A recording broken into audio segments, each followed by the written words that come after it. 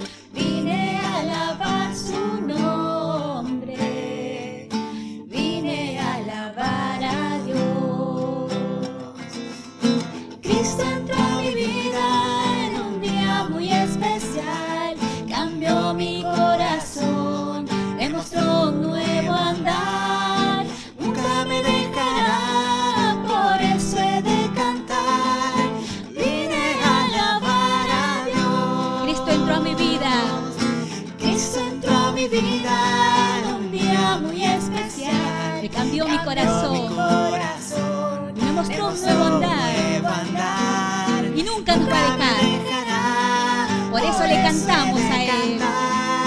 Vine a alabar a Dios, vine a alabar a Dios, vine a alabar a Dios. Como hijos de Dios sabemos que la salvación la tenemos por gracia. Es un regalo del Señor. No lo merecemos, pero sin embargo Dios quiso darnos ese regalo. Y por todo lo que Él hizo en nuestras vidas, cambió, como acabamos de cantar, Él nos dio una nueva razón de vivir. Y Él puso un nuevo canto en nuestro corazón. Por eso le alabamos y le decimos todo lo bello y todo lo grandioso que es nuestro Señor.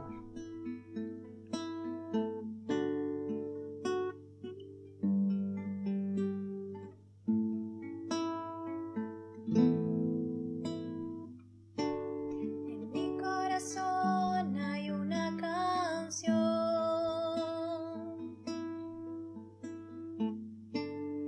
que demuestra mi pasión.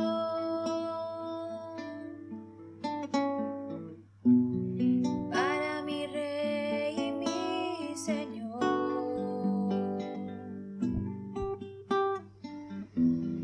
para aquel que me amó.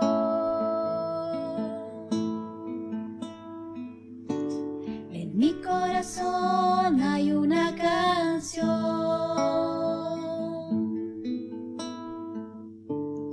que demuestra mi pasión. Para mi Rey y mi Señor, Para mi Rey y mi Señor, para aquel que me amó. para aquel que me amó.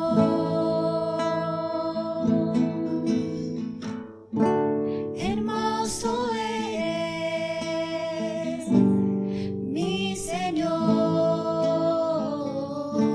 hermoso eres tú, amado mío. Tú eres la fuente de mi vida y el anhelo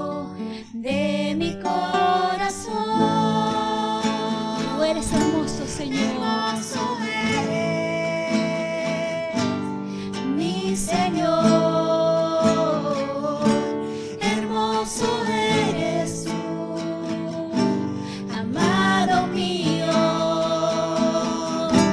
Tú eres la fuente de mi vida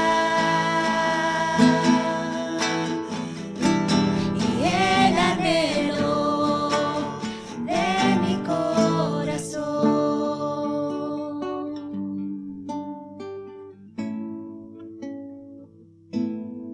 Jesucristo es el anhelo de nuestro corazón. Dice el Salmo 28, 6. Bendito sea el Señor, porque ha respondido a mis súplicas. El Señor me da fortaleza y es mi escudo. Mi corazón está dichoso, porque Él me ayudó. Y ahora lo alabo con mis canciones. Si te sentís dichoso, si te sentís ayudado por el Señor, este es el momento de expresarle tu gratitud con estas canciones. Así que sigamos alabando a nuestro bendito Señor, sigamos exaltando su precioso nombre, porque solo de Él es la gloria, para Él es la gloria. Fuerte Dios, consolador, príncipe de paz, gran Señor, vencedor. Siempre vives y siempre reinarás. Dios te exalto, Dios te exalto. Eres todo para mí, mi corazón canta de ti. Dios te exalto, Dios te exalto, te exalto, Cristo, mi Rey.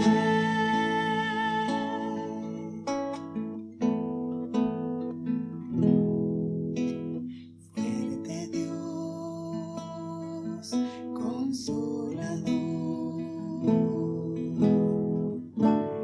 príncipe de paz, gran Señor, vencedor.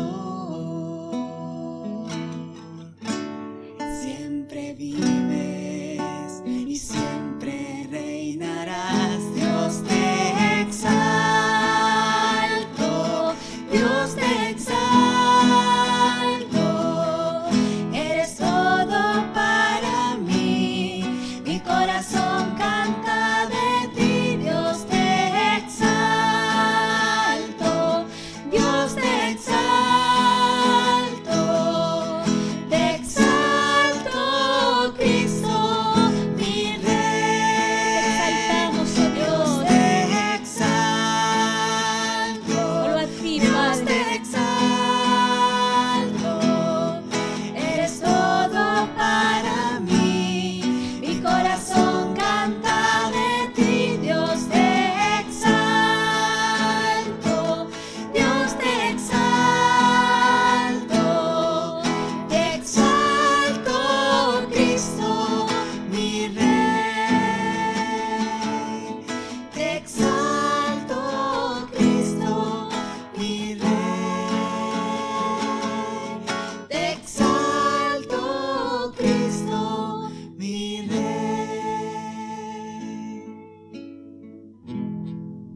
Exaltamos, Señor. Te exaltamos porque eres nuestro Rey y eres nuestro Señor. Tú, Señor, has hecho grandes cosas por nosotros. Nos has dado la salvación. Hoy, Señor, en este momento queremos darte lo mejor de nuestras vidas, porque sabemos que solo tú, Señor, puedes llenar nuestros corazones. Hay muchos corazones vacíos que están, Señor, sedientos de ti. Y sabemos que solo tú puedes llenar ese vacío y solamente tú puedes saciar esa sed interior que tenemos. Porque solo tú eres suficiente, Señor, para cada ser humano. Nuestros corazones insaciables son hasta que conocen a su Salvador.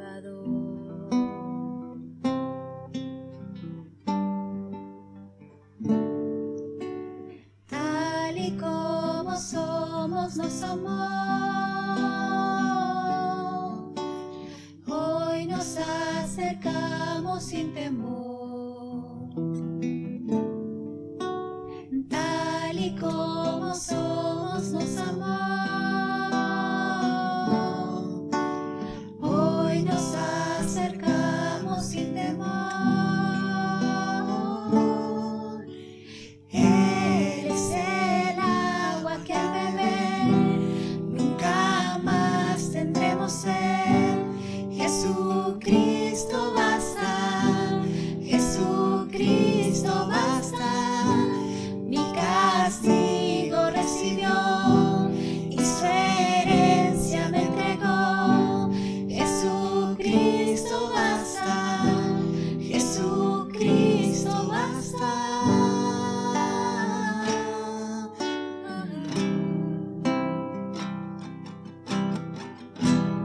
Fuimos alcanzados por su gran amor,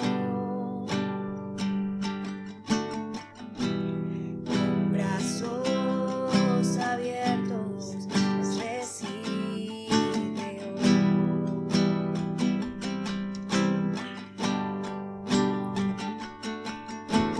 Tal y como somos, nos amó. Hoy nos acercamos sin temor. Tal y como somos, nos amó. Hoy nos acercamos sin temor. Él es el agua que al beber nunca más tendremos sed. Jesucristo basta, Jesucristo basta. Mi castigo recibió y su herencia me entregó. Jesucristo basta, Jesucristo basta.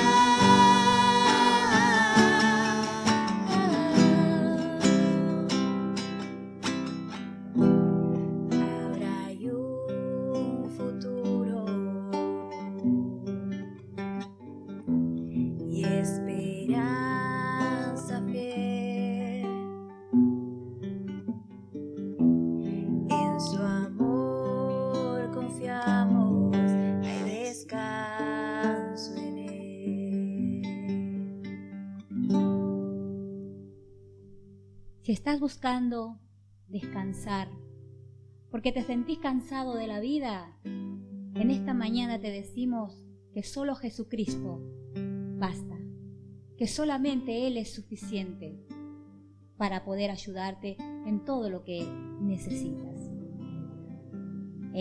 Sabemos que en estos días se va a celebrar algo muy importante, que seguramente si estuviéramos en otras situaciones ya estaríamos programando dónde nos vamos a reunir. Pero yo creo que no hay nada que impida que los amigos se puedan reunir, aunque sea de manera virtual.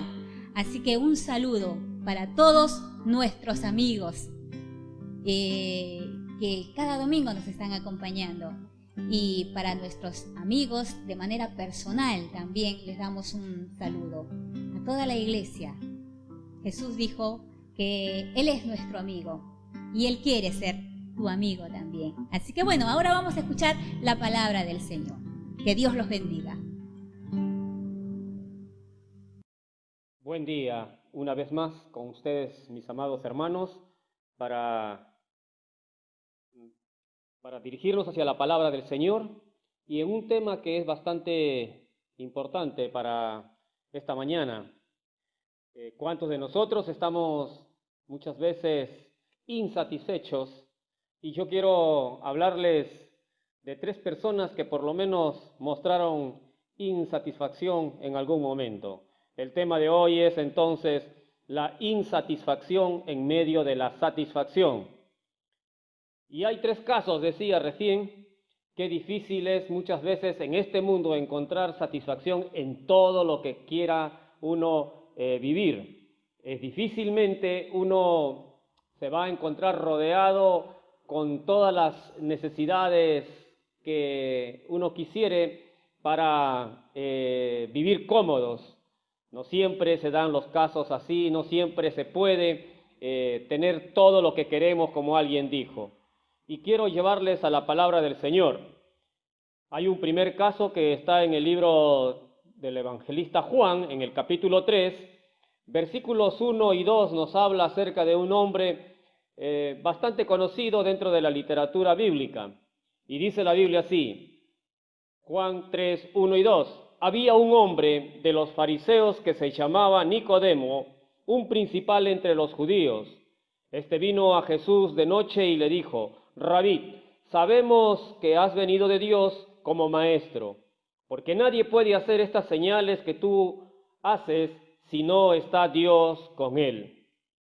Un hombre que se acerca ante el Señor Jesucristo, ante un joven maestro de ese tiempo, un hombre ya recorrido, parece, en el arte de la enseñanza, como era Nicodemo. Sin embargo, necesita algo y tener un encuentro con Jesús para poder con él dialogar en relación a todo aquello que tiene que ver con un tema muy importante. Pero vayamos a ver quién es Nicodemo en primer lugar. Nicodemo, en principio, su nombre es un nombre de origen griego que significa conquistador de la gente. En la antigüedad los nombres por lo general describían un poco el carácter de las personas y esto hacía de que muchas veces se manifestara en su día a día, en su día cotidiano de cómo ellos se desempeñaban. Parece ser que era un hombre muy amable, un hombre que de pronto fácilmente tenía relaciones públicas con la gente. Sin embargo, había algo que le inquietaba, un hombre que del todo parece ser que no está satisfecho. Nicodemo, dice, era de profesión, vamos a decir así, un fariseo. Un fariseo importante porque era reconocido, parece ser, en el ambiente en donde él vivía. Estaba dentro de los gobernantes judíos. Era un representante del judaísmo ortodoxo. ¿Eso qué quiere decir? Era un judío que tenía representación precisamente por tener lo que se dice en algún momento la doctrina correcta, la doctrina pura, la doctrina que realmente es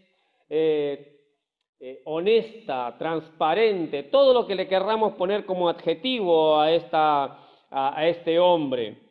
Era un hombre que cumplía con las normas y con las prácticas tradicionales de su tiempo y que habían sido aceptadas casi por la mayoría, y era un hombre que vivía orgulloso de lo que él era. Normalmente un fariseo tenía que ser un hombre que tenía prestigio dentro de la sociedad. Ostentaban tener un linaje del cual se sentían muy orgullosos. Pablo, en algún momento, hablando de lo que él había sido en su vida pasada, dice, yo fui fariseo, dice, y circuncidado en el 8º día. Y generalmente el fariseo tenía esto para hacer alarde un poco de lo que él era. Y Pablo dice, pertenezco al linaje de Israel, de la tribu de Benjamín. Y esto es interesante, porque precisamente la tribu de Benjamín es una de las tribus que mantiene la adhesión a la tribu de Judá y que no se separó antes del cautiverio. Es decir, Israel se divide en dos partes, el reino del norte y el reino del sur, y el reino del sur queda gobernado por los reyes descendientes de David, y precisamente la tribu de Benjamín permanece leal a la corona de los descendientes del rey David. Y Pablo dice: yo pertenezco a esa tribu leal, a esa tribu que no se separó, que no se fue hacia el norte con otro rey que no había sido elegido por Dios. Es decir, se sentía orgulloso de su linaje. Él lo remarca y dice en algún momento: soy hebreo de hebreos. Dicho de alguna manera, un hebreo de verdad, en serio. Algunos dirían de pura sangre, ¿no? En cuanto a la ley, dice fariseo, dice, ¿por qué? Porque eran los más estrictos en cuanto a guardar y a observar las leyes que habían sido dadas por Moisés.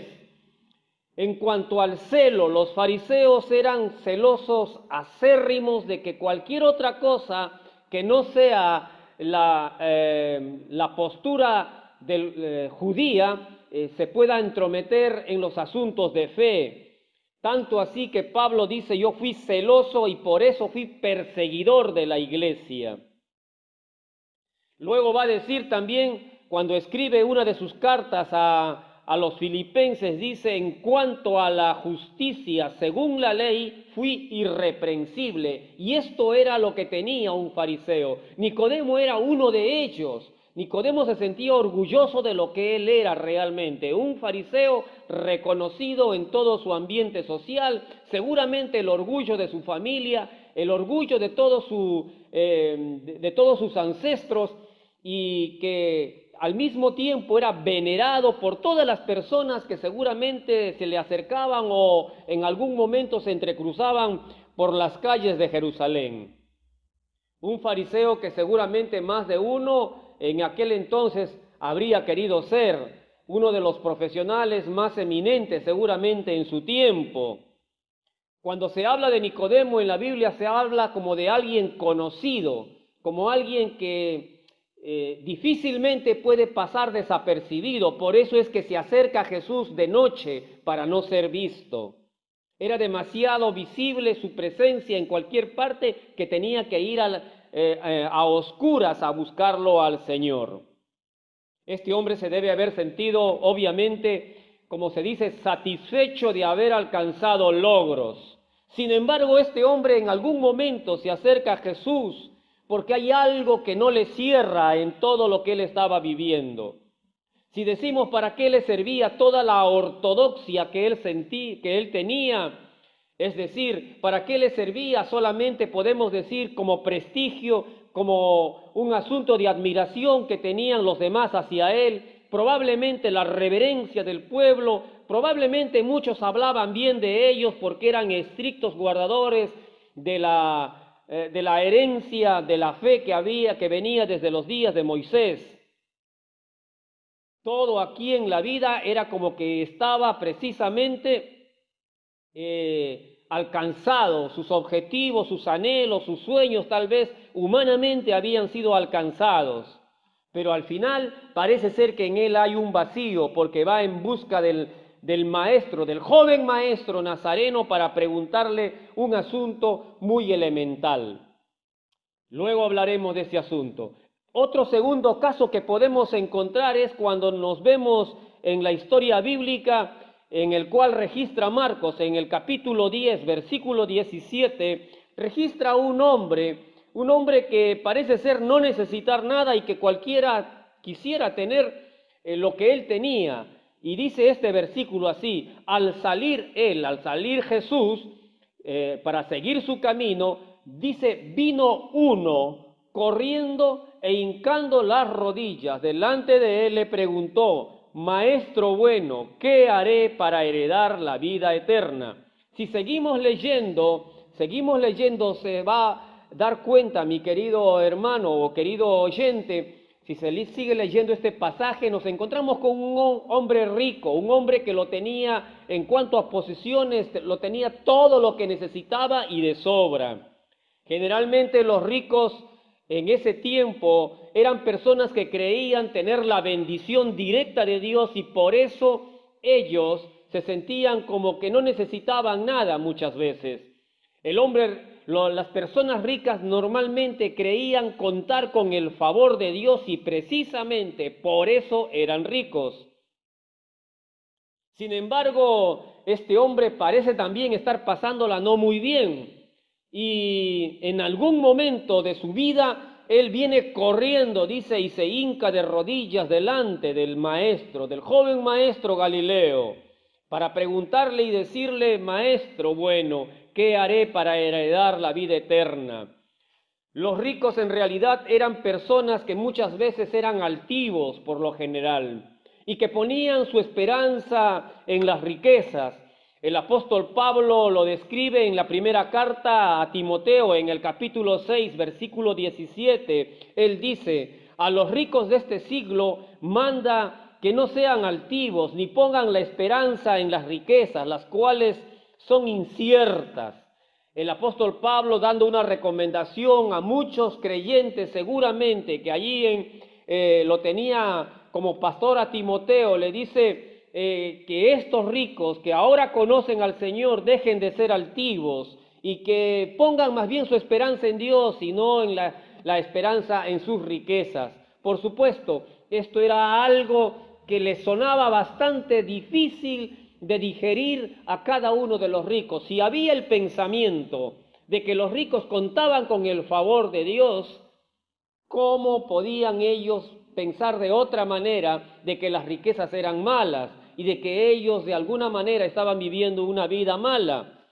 El apóstol Santiago también dice algo muy importante. Le dice, escribiendo en el capítulo 5, versículos 4 al 6, dice así: ustedes no le han pagado el sueldo a sus trabajadores, está hablándole a los ricos ahí, y el Señor Todopoderoso ha oído la protesta de estos trabajadores.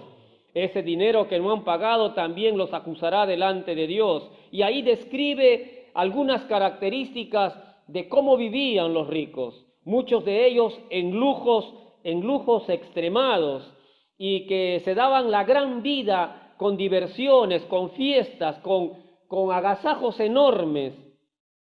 Dice el apóstol Santiago, incluso escribiendo, o el escritor Santiago, dice así: han engordado tanto que parecen ganado listo para el matadero. Estoy leyendo en una versión de traducción del lenguaje actual. Dice, incluso estos ricos muchas veces acusaban injustamente a las personas y aún llevándolos a la muerte. Muchos de estas gentes habían alcanzado fortunas enormes, pero que habían sido mal habidas. Habían muchos de ellos que habían juntado tanta riqueza al punto tal que generaciones podían vivir con tantas posesiones que esta gente tenía. Por eso es que cuando dice el Santiago, hablando de los ricos, dice: han engordado tanto que parecen ganados listos para el matadero. Las posesiones que tenían eran enormes. Este joven rico seguramente también era uno de ellos. Sin embargo, estamos hablando de ricos que eran judíos, no estamos hablando de gentiles. Y en este caso, este joven rico dice, cuando viene a hincarse, a ponerse de rodillas delante de Jesús, él se da cuenta de que con todo lo que tiene, con todo el concepto que maneja acerca de la riqueza, él no se siente como que logró todo en la vida. Hay algo que le está faltando. Al final, la gran vida solo era para este mundo. Solo aquí en esta tierra se podía disfrutar de las riquezas que estaba teniendo este hombre. ¿Es malo ser rico? De ninguna manera. Dios no dice que las riquezas son malas. Dios no está diciendo de que la riqueza no sirve. El problema no pasa por la riqueza, sino el problema pasa por el hombre que no sabe valorar lo que tiene y no sabe darle el buen uso que tiene esas riquezas. Pero con todas las posesiones que tenía este joven que viene a arrodillarse delante del joven maestro, parece ser que su vida tiene un vacío que seguramente no está en lo externo, sino en alguna parte de su ser, y seguramente que es en su ser interior. Porque este hombre le dice: ¿qué haré para heredar la vida eterna? Si alguien se siente seguro de que tiene la vida eterna, no tiene por qué preguntar. Este hombre estaba preguntando de eso. Muchos tal vez que tenían tantas posiciones no se preguntaban con relación a esto. Recordemos a aquel rico que tenía en su puerta a un hombre, a un mendigo. Ese mendigo dice que estaba ahí tirado a la puerta, y la indiferencia del rico era mirarle, y más bien muchas veces los animales que parecían ser inmundos tenían más compasión que el rico podía tener con relación a ese mendigo. Así actuaban, eran indiferentes, eran soberbios, eran personas indolentes, eran personas que tenían, como se dice ellos, creídos en su mente y asegurados que estaban contando con el favor de Dios. Un tercer caso que vemos nosotros en la Biblia con relación a la insatisfacción es un tercer caso que se da en Zaqueo, y esto está registrado en el libro de Lucas, en el capítulo 19, versículos 2 y 3 y en adelante. Vamos a encontrar a un hombre que está en otro estrato social, quizás en otro nivel social o como quieras llamarle. Dice la palabra de Dios: y sucedió que un varón llamado Zaqueo, que era jefe de los publicanos, no era un publicano más, y dice que era este hombre rico y procuraba ver quién era Jesús. Procuraba ver quién era Jesús. Otro hombre seguramente con algo que se le removía por dentro, que no se encontraba satisfecho. Tenía muchas satisfacciones en la vida, tenía muchas cosas que le daban comodidad, que le daban placer, que le daban seguramente una vida muy holgada, satisfecho en muchos aspectos de la vida. Si tenemos que describir a los publicanos, en este caso este hombre era jefe de los publicanos, no era un subordinado. Probablemente tenía una relación directa con algún gobernante o con una autoridad de alto rango del imperio que en ese tiempo gobernaba el mundo conocido. Zaqueo no era un publicano más. Zaqueo era jefe de los publicanos, que seguramente tenía una relación pública con las altas esferas de las autoridades de su tiempo, sobre todo gente que tenía que ver con el poderoso imperio romano. Y por detrás de eso seguramente tenía muchos favores que podía él conseguir rápidamente. Sin embargo, este hombre era considerado el más vil pecador a los ojos de todo judío, porque se le consideraba como un traidor a la patria, pero un traidor que se le podía dar la calificación más extrema, porque cobraba los impuestos a cada uno de los judíos para luego dárselos a Roma.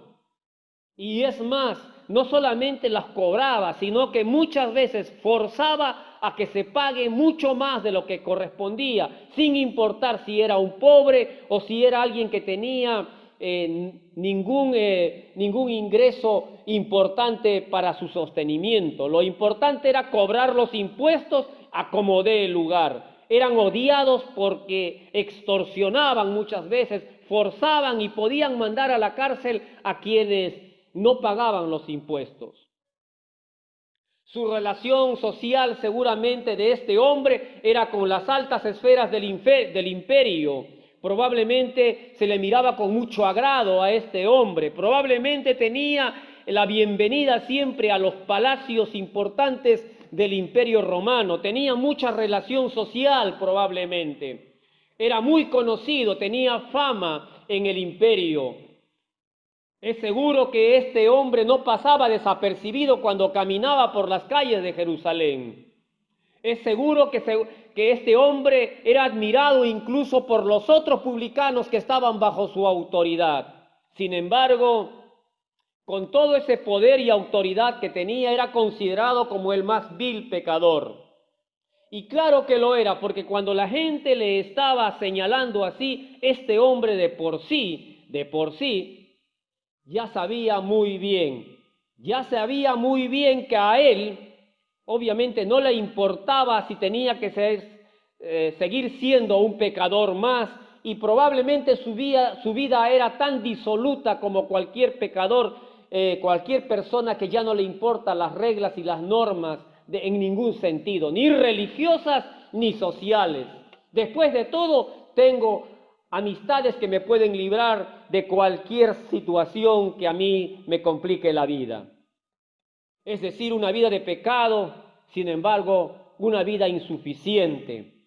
En el caso del hombre rico, era un hombre que tenía todo, sin embargo, era insuficiente, aunque se consideraba bendecido por Dios, sin embargo, era insuficiente lo que era la riqueza y la abundancia que tenía él económicamente. En el caso de Nicodemo, aunque tenía la mejor ortodoxia, es decir, la mejor religión, aunque él tenía la fidelidad de practicar todos los rituales y toda la religión de una manera estricta, no satisfacía su vida de este hombre. Es decir, tres hombres que representan la insatisfacción en medio de una vida satisfactoria, humanamente dicho. Quiero ir terminando. La palabra de Dios nos enseña estos tres ejemplos para que nos pongamos a pensar que no todo es en este mundo. Hay cosas en el ser humano que tienen que ser resueltas. Estos tres hombres se acercaron a Jesús para encontrar en él la respuesta que necesitaban. Uno de ellos preguntó y dijo: ¿para qué tengo que hacer para heredar la vida eterna? Casi con la misma particularidad, cada uno de ellos expresó el mismo pensamiento. Jesús responde a todos los seres humanos que tienen la misma pregunta. Él dice: crean en mí, porque esa es la solución. El evangelista Juan en el capítulo 6, versículo 29, y voy a leer en la traducción del lenguaje actual, dice así: lo único que Dios quiere es que crean en mí, que soy a quien el Dios Padre ha enviado. Jesús es el único quien puede llenar el vacío en nuestras vidas. Creer en Jesús es establecer una relación personal con Jesucristo, que no pasa por el asunto de ritualismos ni de religiones. Es establecer una relación cotidiana, una relación íntima, una relación del día a día en donde vamos conociéndolo al Maestro a través de su palabra, a través muchas veces cuando entramos en oración, a través de aquello que tiene que ver con la obediencia a su palabra. Conforme vamos obedeciéndolo a Él, vamos conociendo realmente lo que Dios va haciendo en nuestra vida, porque Dios se va manifestando cuando le obedecemos. Se manifiesta en nuestro ser, porque a Dios le complace que vivamos así. La relación personal que tengamos con Él realmente es el inicio para que encontremos satisfacción. Solo Jesús es capaz de satisfacer nuestra necesidad más profunda. Por eso Jesús dijo en otro momento, en el mismo capítulo 6, versículo 31, Jesús le dijo a la gente, a la multitud que le estaba siguiendo: yo soy el pan de vida. El que confíe en mí nunca más volverá a tener hambre, y el que cree en mí nunca más volverá a tener sed. El pan es un alimento que se tiene que interiorizar, y necesitamos interiorizarnos a Jesús en nuestro ser, en nuestro interior, para que nos alimente por dentro su presencia, y entonces tengamos lo más precioso, la presencia de Dios en nuestra vida, que empieza luego a ejecutar en nosotros una obra de transformación preciosa. Cree en mí, dice el Señor, interiorízame. Como el pan que entra dentro de nuestro cuerpo para fortalecerlo, es necesario que yo entre, dice el Señor. Tengo que entrar a tu interior para que vos seas otra persona, que no tenga esa insatisfacción que se tiene como producto de todo lo humano que podemos conseguir aquí en esta tierra. Jesús nos dice, la religión no nos llena, el ser correctos religiosos no alcanza para la vida eterna, el tener las riquezas, el dinero y la comodidad económica no alcanza. Cuando dice el Señor en su palabra que Zaqueo viene a Jesús, es porque ese hombre, con toda la fama, con todas las relaciones públicas que él hacía, no alcanzaba para tener la vida eterna. Jesús es la respuesta. Jesús es el pan de vida que alimenta al alma. La palabra de Dios dice que Jesús es el pan que da vida, que imparte vida. Necesitamos la vida de Jesús dentro de nosotros para vivir una vida abundante. Debo terminar. Si en esta hora vos te das cuenta que necesitas, como estos hombres que recurrieron, necesitas de Jesús, yo te animo que le pidas que Jesús entre a tu vida, que Jesús entre a lo profundo de tu ser, y lo puedes hacer pidiéndole con tus palabras. Ora conmigo en esta hora. Jesús es la solución para toda insatisfacción que tiene el hombre en su interior. Todo lo demás queda en esta tierra. ¿Oras conmigo? Inclina tu rostro y le decimos a Dios de la siguiente manera. Padre del cielo, te doy las gracias porque tú eres el único quien tiene la solución para mi alma. Te pido perdón de todos mis pecados, de toda mi religiosidad, de todo lo que yo he tenido como orgullo en mi vida como ser humano. Hoy reconozco que necesito tu perdón y que entres a mi vida. Ven, Jesús, quédate dentro mío, porque creo en ti y te recibo como el Señor y Salvador de mi vida. Creo en que vos has muerto por mí en la cruz y resucitaste, Señor. Amén y amén. Que el Señor bendiga tu vida. Si vos necesitas un respaldo espiritual, escríbenos un mensaje en la página de la iglesia y estaremos dispuestos a responderte y a darte todas las orientaciones necesarias. Que el Señor te bendiga. Con Cristo tenemos satisfacción completa. Aleluya. Gloria a Jesús.